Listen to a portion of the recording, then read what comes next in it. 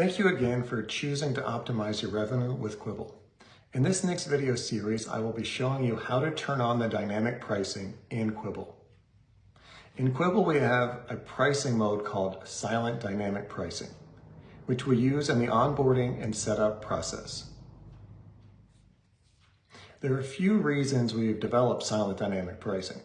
First, when you turn on silent mode, it tells the model and the processes the model relies on that this property will be dynamically priced. We have data validation and collection processes that will be triggered. Second, it allows you and your team to play with the model and the controls without worrying about changes taking effect in your PMS.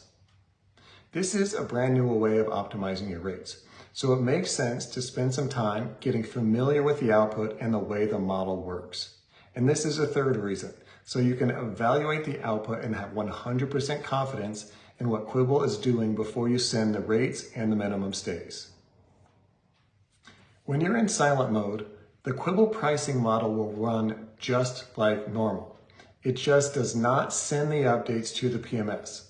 That is the only difference.